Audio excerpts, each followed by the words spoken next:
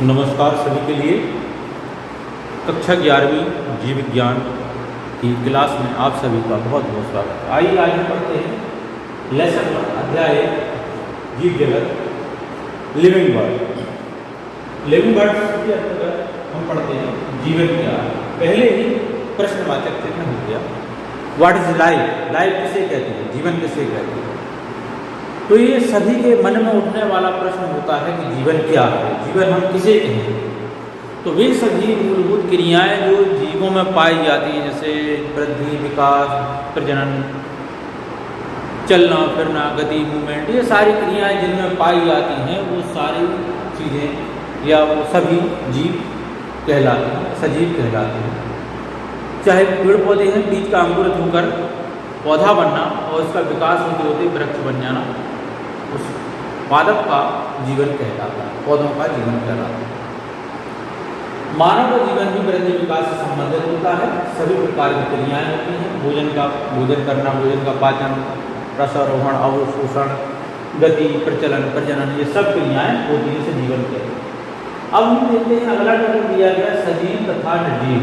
सजीव हम किसे कहेंगे, निर्जीव किसे कहते हैं। जिनमें इस प्रकार की क्रियाएं हो रही हैं, जो भोजन ग्रहण कर रहे हैं, जिनका आकार चेंज होता है, आकृति चेंज होती है, सजीव कहलाते हैं।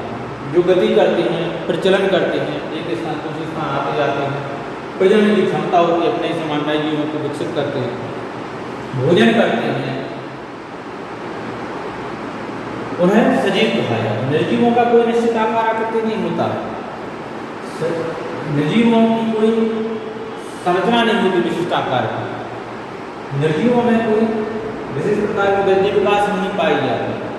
तो ये बहुत सारे लक्षण जो है वो सजीव और निर्जीव के हमने यहाँ पर देखे। सजीवों में उपापचय क्रियाएं होती, निर्जीवों में उपापचय क्रियाएं नहीं होती। तो ये क्रियाएं हमने देखी हैं। अब देखते हैं संगठनात्मक स्तर, ऑर्गेनाइजेशनल लेवल क्या है। संगठनात्मक, संगठन किस प्रकार से होता है सजीवों का। तो सजीवों के शरीर का संगठन किस प्रकार से होता है। तो एक छोटे से अणु परमाणु के द्वारा, एक छोटे से परमाणु के द्वारा अणुओं का निर्माण होता है। अणुओं से यौगिक, अणु और यौगिक का निर्माण होता है। अणु यौगिक से निर्जीव पदार्थ बनते हैं, जैसे कोलाइड, क्रिस्टल और मिश्रण। 3 प्रकार के पदार्थ बनते हैं, कोलाइड, क्रिस्टल और मिश्रण, 3 प्रकार के पदार्थ बनते हैं। तो ये निर्जीव कहलाते हैं। और सजीव इसके आगे, तो इन्हीं अणु और यौगिक से सजीव कोशिका का निर्माण होता है। सजीव कोशिका से ऊतक का निर्माण होता है। ऊतक के बाद फिर आगे क्या कर जीवधारी अंगतंत्र बनते हैं। अंगतंत्र से जीवधारी का निर्माण होता है। जीवधारी के बाद फिर जीव संख्या बनती है। जीव संख्या जब बहुत सारी हो जाती है तो समुदाय बन जाते हैं। अलग अलग प्रकार के समुदाय में लोग रहने लगते हैं। समुदाय के बाद फिर पारिस्थितिक तंत्र बनता है, जिसमें लोग मिलजुल कर रहते हैं और एक दूसरे से सहयोग करते हैं, एक दूसरे की हेल्प करते हैं। कार्यतंत्र बनता है। कार्यतंत्र के बाद एक पूरा विशाल जैव मंडल बन जाता है। तो इस प्रकार के तंत्र के लिए संगठनात्मक स्तर कहा जाता है। ठीक, नेक्स्ट, जीवन का आणविक आधार क्या है। अब जीवन किन किन अणुओं से मिलकर बना है, या जीवन के लिए कौन कौन से अणुओं की आवश्यकता होती है। तो जीवन का आणविक आधार कहलाता है। इसके लिए सबसे पहले जैसे जल, पानी हम सबसे ज़्यादा पीते हैं, जल की हमें आवश्यकता हमेशा ही होती है, हम सबसे ज़्यादा जल पीते हैं। फिर खनिज लवण हैं, मिनरल्स है, विटामिन है, कार्बनिक पदार्थ हैं, ग्लूकोज, अमीनो अम्ल आदि से जटिल तंत्रों से मिलकर बने होते हैं। विभिन्न अणुओं में यही मिश्रण, जटिल मिश्रण रासायनिक ऊर्जा को जैव ऊर्जा में परिवर्तित करता है। तो यहाँ पर हमने जीवन का आणविक आधार देखा, जिन चीज़ों की ज़्यादा आवश्यकता होती है वो बताएगा। इसके बाद नेक्स्ट लिया गया ऊर्जा। ऊर्जा एनर्जी क्या है, ऊर्जा किसे कहते हैं। तो ऊर्जा हमारे शरीर में कार्य करने की जो क्षमता विकसित करती है उसे ऊर्जा कहते हैं। जो हमें भोज्य पदार्थों से प्राप्त होती है, जो सूर्य के द्वारा प्राप्त हो रही है। तो ऊर्जा डायरेक्ट सूर्य के प्रकाश के माध्यम से पूरी सृष्टि में फैली हुई है और पूरी सृष्टि की पेड़ पौधे उस ऊर्जा को ग्रहण करते हैं, वनस्पति ग्रहण करती है। उस ऊर्जा को वनस्पति के माध्यम से, फल और सब्जियों के माध्यम से, अनाजों के माध्यम से वो हमारे शरीर में पहुँचती है, जीवों के शरीर में पहुँचती है। तो जीवों की सभी प्रकार की जैविक क्रियाएँ चलती हैं। तो इस ऊर्जा को हम जानते हैं कि सूर्य से संपूर्ण सृष्टि में ऊर्जा फैलती है। तो सूर्य की ऊर्जा वनस्पति से जीव जंतुओं में ऊर्जा पहुँचती है। नेक्स्ट किया गया है खुला एवं बंद तंत्र। खुला तंत्र और बंद तंत्र से आप क्या समझते समझाइए। खुला system is a open system, close system is a thermos. तो इनको हम जानते हैं कि खुला तंत्र मीन्स जैसे कोई खुला हुआ गिलास रखा है जिसमें पानी रखा है, खुला हुआ मग है जिसमें चाय रखी है, तो खुले हुए मग के चाय के अनुसार उसकी ऊर्जा बाहर निकलती जा रही है। थोड़ी देर में वातावरण के टेम्परेचर के अनुसार चाय का तापमान हो जाएगा, चाय ठंडी हो जाती है, तो खुला तंत्र कहलाता है। यदि हम उसी चाय को थर्मस में बंद करके रखते हैं जिसमें डबल आवरण होता है, तो डबल आवरण एक प्रकार से बाहर की ऊर्जा को बाहर ही और अंदर की ऊर्जा को अंदर ही रखने का काम करता है। तो थर्मस में चाय रखी है तो वो आप 1 घंटे 2 घंटे बाद भी निकाल कर देखेंगे तो उतनी ही गर्म रहेगी जितनी आपने पहले रखी थी। इसी प्रकार से अब हम आगे चलते हैं समस्थापन होम्योस्टेसिस क्या है। तो समस्थापन होम्योस्टेसिस यह क्रिया जीवधारियों के शरीर में उपस्थित पदार्थ तथा ऊर्जा में भी अपने वातावरण में फैल जाने की प्रवृत्ति पाई जाती है। इस प्रवृत्ति के प्रतिरोध की विशिष्ट क्षमता भी पाई जाती है। वास्तव में सभी जीवधारी सांद्रण प्रवणता के विरुद्ध पदार्थों का वातावरण से लेते रहते हैं। उदाहरण के लिए वातावरण से मनुष्य पानी लेता है, जल ग्रहण करता है, पानी पी लिया। मनुष्य के लिए जल की सबसे ज़्यादा आवश्यकता होती है, तो बाहरी वातावरण से, नदी से, तालाब से, नल से, हैंडपम्प से, कुएं से, कहीं से भी जल ग्रहण किया और वो जल हमारे शरीर में उपयोग होने के बाद बाहर निकलता रहता है, स्टोर नहीं होता है, निकलता रहता है। जलवाष्प बन के पसीने के रूप में, मलमूत्र के रूप में भी निकलता है, मूत्र के रूप में सबसे ज़्यादा निकलता है, पसीने के रूप में, आंसू के रूप में। तो शरीर से धीरे धीरे जल की हानि होती रहती है और श्वास के माध्यम जितनी तेज हम श्वास लेते उतनी तेज जलवाष्प बन के श्वास के माध्यम से भी निकलता रहता है। इस प्रकार से जल की कमी होती रहती है। तो यह एक प्रकार का समस्थापन कहलाता है।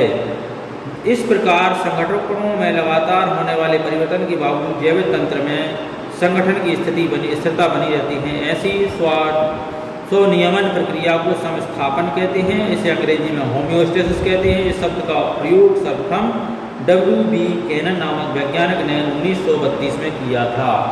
तो वातावरण से जल लिया और जल का शरीर के माध्यम से वातावरण में विलीन हो जाने की क्रिया, फिर जल ग्रहण करना, फिर वातावरण में विलीन हो जाना जल का, तो ये क्रिया एक प्रकार समस्थापन कहलाती है। उपापचय मेटाबॉलिज्म क्या है? उपापचय या मेटाबॉलिज्म किसे कहते हैं?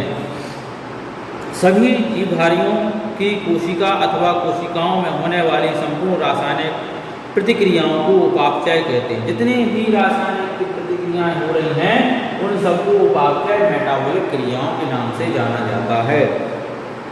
जैसे कि जब वृद्धि एवं मरम्मत हेतु भोजन से पोषक पदार्थ जीव के शरीर में पहुंचते हैं तब इनका संश्लेषण होता है, तब इस क्रिया को अपचयन या एनाबॉलिज्म कहते हैं। दूसरी ओर जब विभिन्न जैविक क्रियाओं हेतु आवश्यक ऊर्जा के उत्पादन हेतु पोषक पदार्थों का दहन होता है तब इस क्रिया को अपचयन या कैटाबॉलिज्म कहते हैं।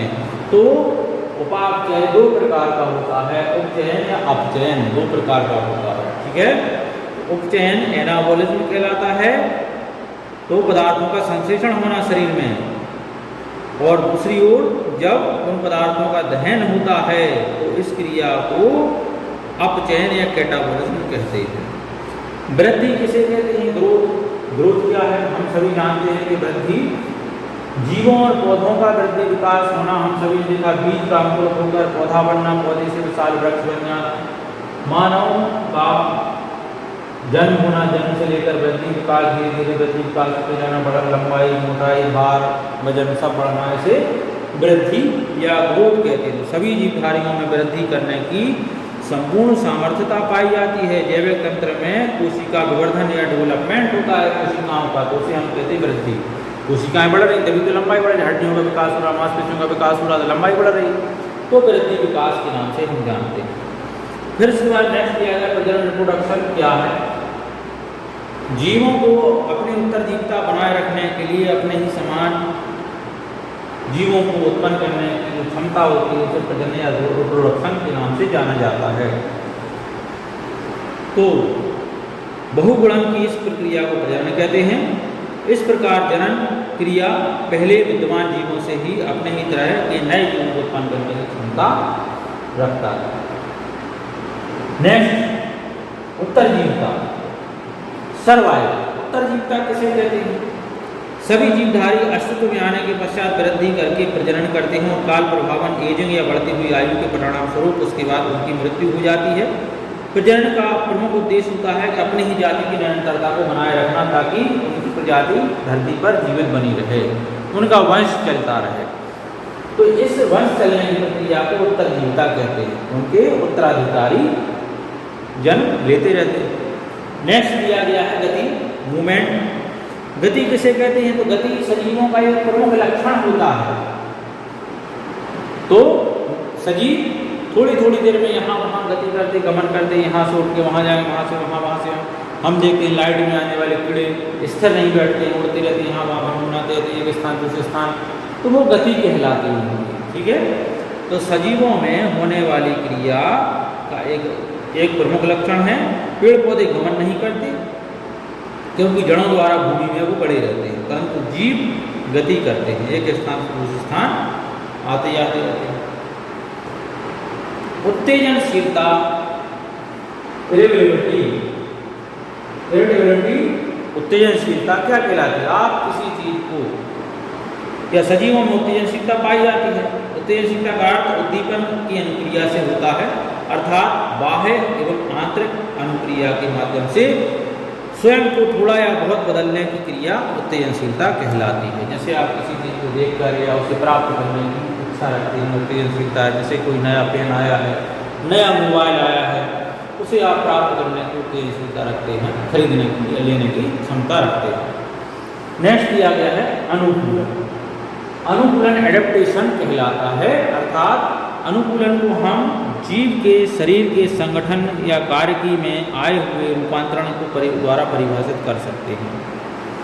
जैसे कि एक सरल सा उदाहरण बताएं हम आपके लिए। जैसे कि जब हमें गर्मी लगती है तो हम पानी पीते हैं, जब हमें ठंड लगती है तो गर्म वस्त्र पहनते हैं, जब हमें गर्मी लगती है तो हम पंखा चलाते हैं। तो ये क्रिया कहलाती है अनुकूलन। वातावरण के अनुसार अपने आप को बदलने की क्षमता अनुकूलन कहलाती है।